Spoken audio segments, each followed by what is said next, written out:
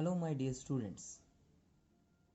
Today is 17th of November and we are going to start our new chapter in English Reader book, which is chapter number 13, and the chapter title is All Things Bright and Beautiful. It is a poem, of course, and we are going to read it and take the meaning one by one about the lines written in the poem, okay? And also we will discuss some book exercises in this video, okay? So stay with the video and take a pencil and give a classwork date of today, which is already been saying by me, that 17th of November 2020, okay? Now I'm reading from here. All things bright and beautiful, all creatures great and small. Now the author of this poem, whose name is Cecil Frances Alexander, you can find the name at the end of the poem in the page number 75. This is the page number 74. The poem is written in 2 pages. So the last, when the poem, at the end of the poem, you will get the name that Cecil Frances Alexander wrote this poem, and he explained the beauty and the creation made by God in this poem, about all the things created by God, okay, like birds, trees, the thing around you, which are very beautiful and very amazing creations by God. Okay, now what was the line? All things bright and beautiful, यानी सारी चीज़ें बहुत ही bright है. Bright मतलब जिसको देख के आपको लगे कि हाँ भाई ये बहुत ज़्यादा रोशनी वाला या उजला, या आप जो भी कलर आप इसमें बोल सकते हो. एंड ब्यूटीफुल माने बहुत सुंदर है, right? All creatures great and small. All creatures यानी जितने भी प्राणी हैं वो ग्रेट एंड स्मॉल, मतलब बहुत ज़्यादा बड़े भी हैं तो बहुत ज़्यादा छोटे भी हैं, right? All things wise and wonderful. जितनी भी सारी चीज़ें हम देख रहे हैं, वाइज एंड वंडरफुल मतलब वो बहुत ही दिखने में भी अच्छी हैं, और वंडरफुल मतलब जिसको देख के आपको अच्छा, मतलब फील भी अच्छा होता है, ठीक है? मतलब ऐसा है जिसको आप देख लो वाह क्या वो क्रीचर बनाया है, okay? Now the Lord God made them all. The Lord God मतलब जो हमारा ईश्वर है, उन्होंने सब चीज़ों को बनाया है. यानी what the poem said in the first 4 lines, it is about the creatures, birds, okay, their beautifulness, how they look, right? So all things bright and beautiful, all creatures great and small, all things wise and wonderful, the Lord God made them all. Now in the second line, the poet expresses that, come to the second paragraph of the poem, each little flower that opens, each little bird that sings. मतलब वो छोटे छोटे flower माने फूल जो हैं, जो खुलते हैं सुबह में, जो खुलते हैं. Each little bird that sing, छोटी सी पक्षी जो गाती है.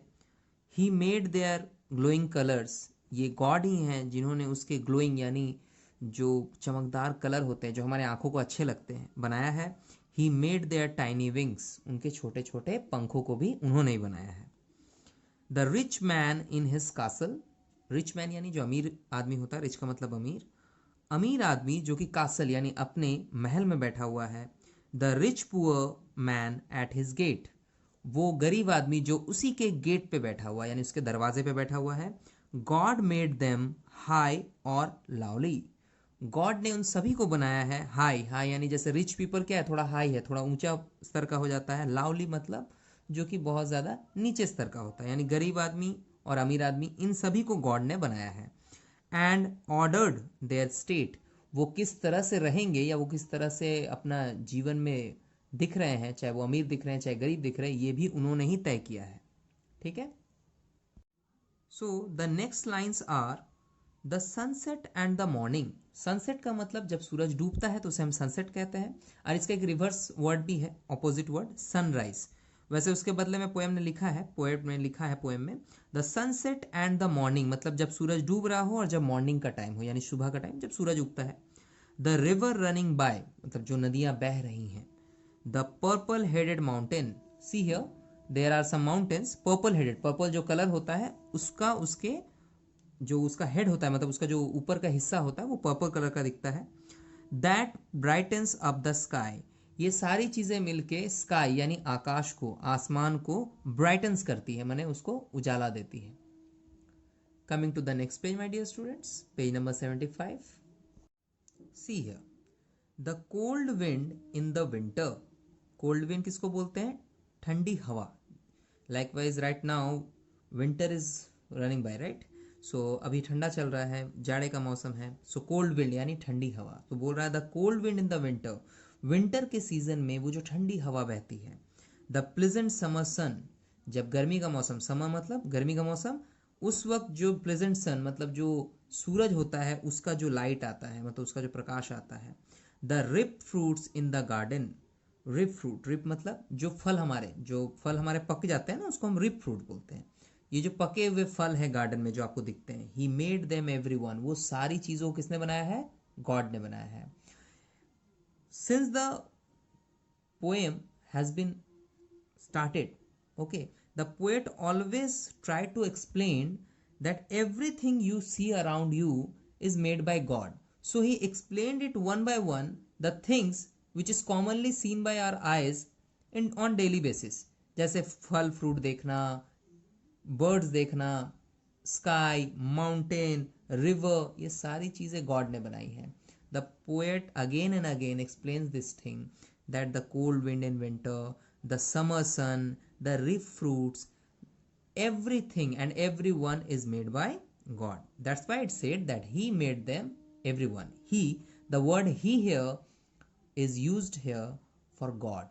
God के लिए लिखा गया कि God made them everyone. He made them everyone, right?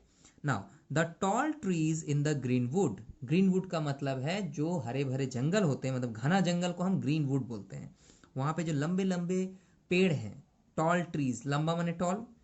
The meadows where we play, meadows मतलब जो घास से भरा हुआ मैदान होता है ना बच्चों, that is called as meadows, right? The meadows where we play, ऐसे घास से भरे हुए मैदान जो होते हैं खाली खाली जिसमें हम खेलते हैं, where we play.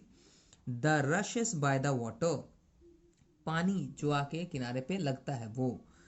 We gather every day, इन चीज़ों को हम लोग गैदर करते हैं। गैदर का मतलब क्या हुआ? एक जगह देखते हैं, ठीक है। He gave us eye to see them, He gave us eyes to see them. हमें आंखें मिली हैं ताकि हम ये चीजों को देख सकें। And lips that we might tell. Okay, again I am repeating. He gave us eyes to see them. इन सारी चीजों को what was explained in the poem, since the poem has been started, the poet says that he gave us eyes to see them all. मतलब सारी चीजों को देखने के लिए हमें आंखें भी मिली हुई है। किसने दी है? God gave it to us. Right? And lips that we might tell, वो होंठ जिनसे हम इन चीजों के बारे में बात करते हैं, माइट टेल जिससे हम बताते हैं, right? How great is God almighty, almighty का मतलब सर्वशक्तिमान को बोलते हैं हम ऑलमाइटी, ठीक है? ऑलमाइटी एक वर्ड आता है इंग्लिश में, दैट मीन्स सर्वशक्तिमान, सबसे शक्तिशाली, जिन्होंने ये सारी चीजें बनाई हैं। सो बोल रहा हाउ ग्रेट इज मतलब कितना महान है हमारा गॉड, ठीक है? Who made all things well, क्योंकि उन्होंने ये सारी चीज़ें बहुत ही अच्छे से बनाई है। वेल का मतलब बहुत अच्छा बनाया है। ऐसा भी नहीं है कि आपको देख के लगे नहीं कि ये चीज़ खराब बनाया है। हर चीज़ों का, everything which we see made by God is amazing, है ना? जैसे birds, the blossom flowers, fruits, okay, the seasons, the water, the river, everything, the poor man, the rich man, सारी चीज़ों को वेल बनाया है गॉड ने। So that was the poem about the creation and the things made by God. Okay, the poem is written by Cecil Frances Alexander. Okay, now I'm going to explain you some word meanings, and after that we will complete the book exercises along with the question answer, of course, because the poem is very short to explain, so I can explain the question answer along with this poem. Okay, so at first we will take the word meanings, then we will go to the question answer and book work session. See here my dear students, the words are wonderful, which means marvelous or excellent, जो बहुत ही अच्छा हो उसको हम wonderful बोलते हैं। castle, कैसे pronounce करेंगे? the pronunciation will be castle, castle, कैसे होगा? castle, castle का मीनिंग होता है किसी भी तरह का एक बड़ा महल या किला या बहुत बड़ी बिल्डिंग को भी कासल बोलते हैं। जो राजा महाराजा बहुत पहले रहते थे उनको कासल ही बोलते थे। There is another word in the English, sorry in the English language, that is palace. Palace भी बोला जाता है कि रिच पीपल पैलेस में भी रहते हैं, but the palace word is suitable for the king.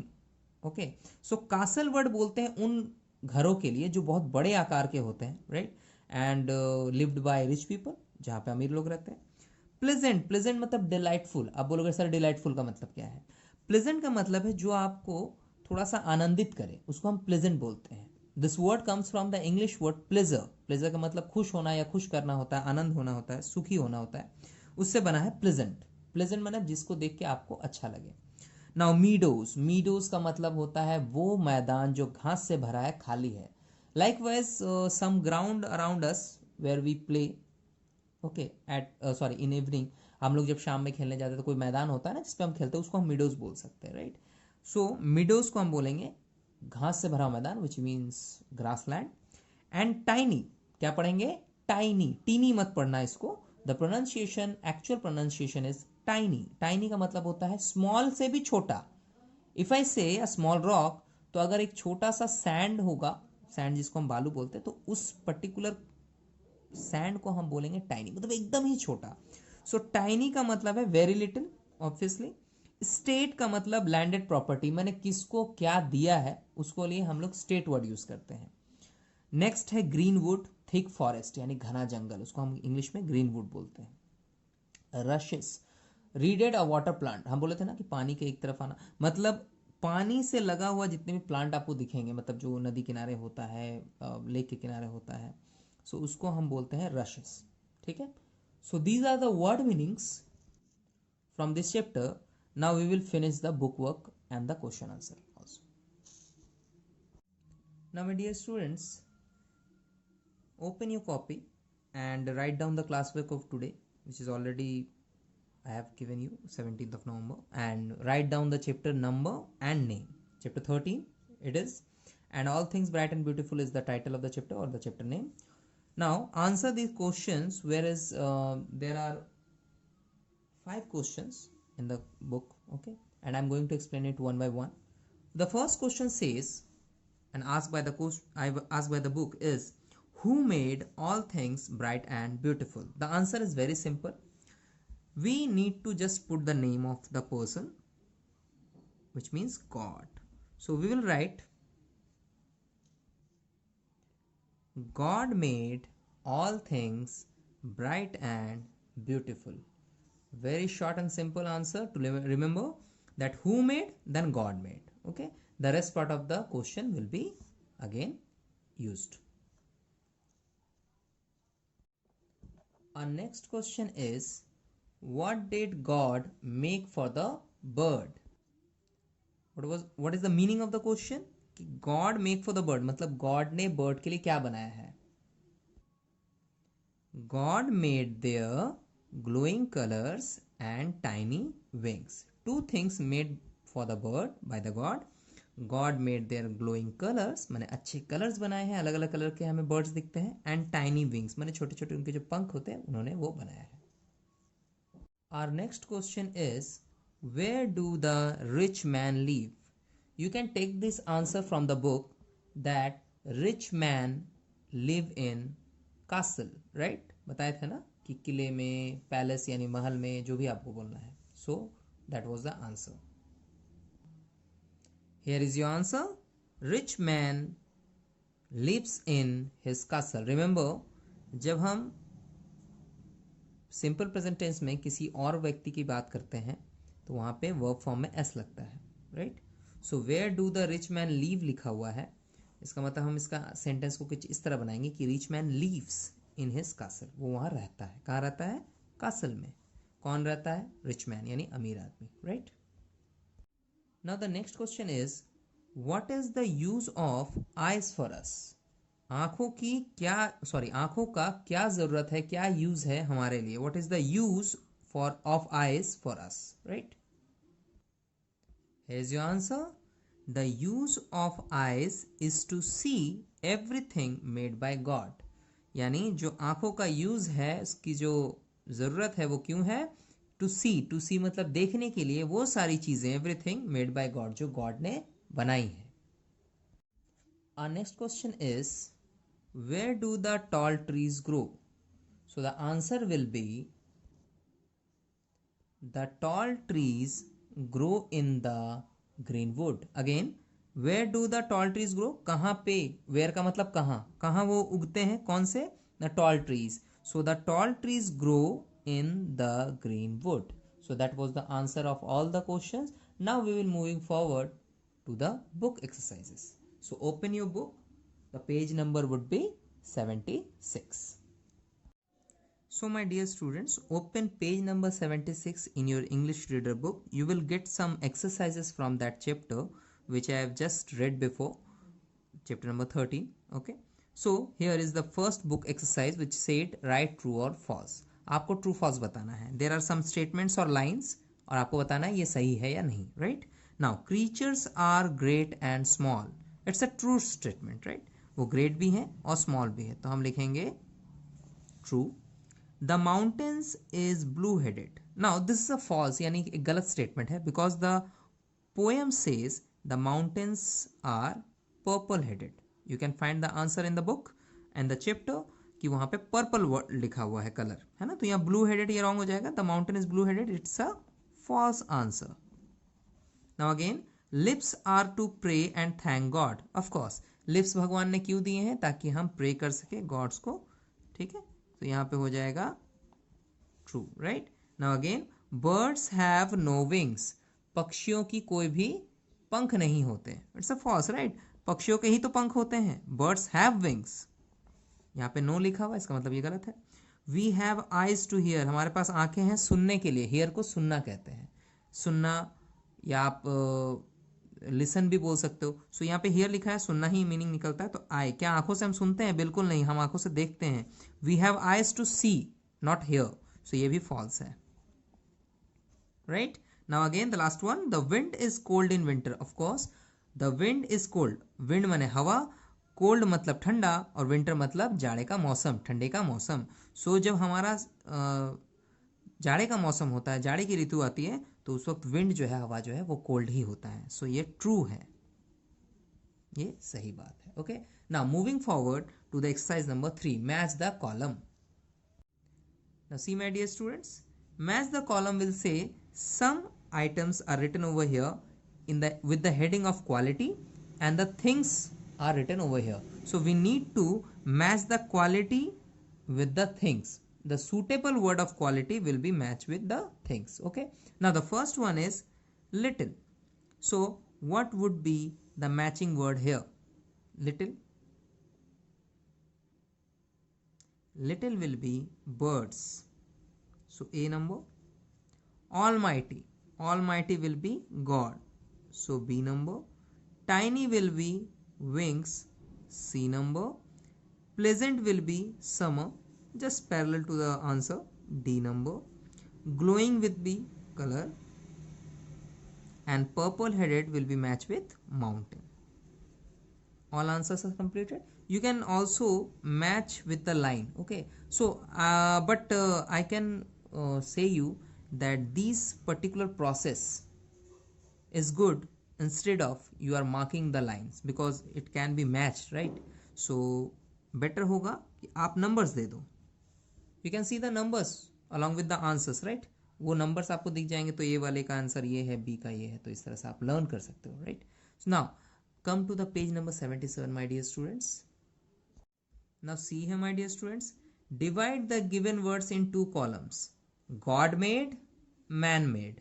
God made मतलब जिसने गॉड, जो सारे आइटम्स यहाँ पे लिखे हुए हैं, the things which is written over here, how many of items from this is God made, sorry, are God made, and how many of items are man made, मतलब कितना लोगों ने, I mean मनुष्य ने बनाया है और God यानी ईश्वर ने बनाया है, right? So table is man made, right? Tree is God made, right? Pen is man made,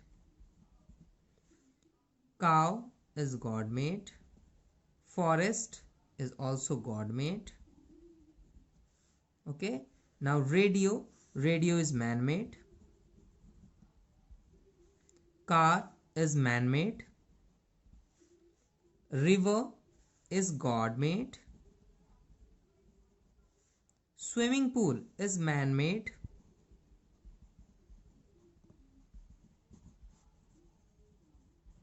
okay, star God made, तारे बोलते हैं ना स्टार को, aeroplane of course man made, mountain God made, mountain तो हम नहीं बना सकते ना, गॉड क्रिएट्स, लेक जिसे हम झील कहते हैं of course god made, earth यानी पृथ्वी god made, mobile it's a man made thing right, mobile phone जो आप देखते हो, television of course the same thing made by man, so man made. So the items are divided now, जो भी items यहाँ पे एक लाइन से हमें मिले हैं, ठीक है, I have take in order, एक एक करके मैंने लिया है one by one and categorise into both column कि गॉड मेड कौन सा है, मैन मेड कौन सा है. Okay, now see here my dear students, write the group name of the following. यहाँ पे जितने भी आपको ग्रुप नेम दिख रहे हैं उसमें आपको ग्रुप नेम में से यहाँ आंसर पुट करना है कि इसमें से ग्रुप नेम कौन सा है. जैसे father mother brother sister son, these are called in the group of relatives. क्या बोलेंगे, relatives right.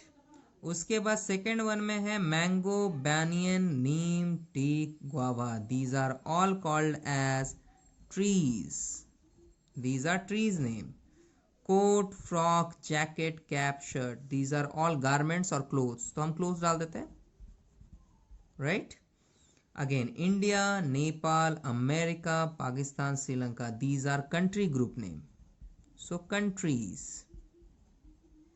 Okay, now the next one is Ramayana, Gita, Mahabharata, Quran and Bible. So these are all holy books. क्या लिखोगे आप, holy books. और sacred books भी लिख सकते हैं. Cricket, football, hockey, badminton, tennis. These are all games ना. So you can say you can write its group name as sports or you can write as games. So मैंने इनको ना games का नाम दे दिया, games. Right? So the answers are completed. Every name which denote our group name of these all things written over here. Now the chapter is completed, the book work and the answers and question answers are completed. I have given you this question number 6 to do at home, okay, and our chapter is fully finished, so you need to remember it all one by one. At first you read the poem, take the meaning of the poem, how the poems are written by the author, the poet, and after that you will get the question answer of this book, of this chapter, and along with that I have given you the book work. So take a pencil and write down the book work also in the book. So I am ending this video over here my dear students.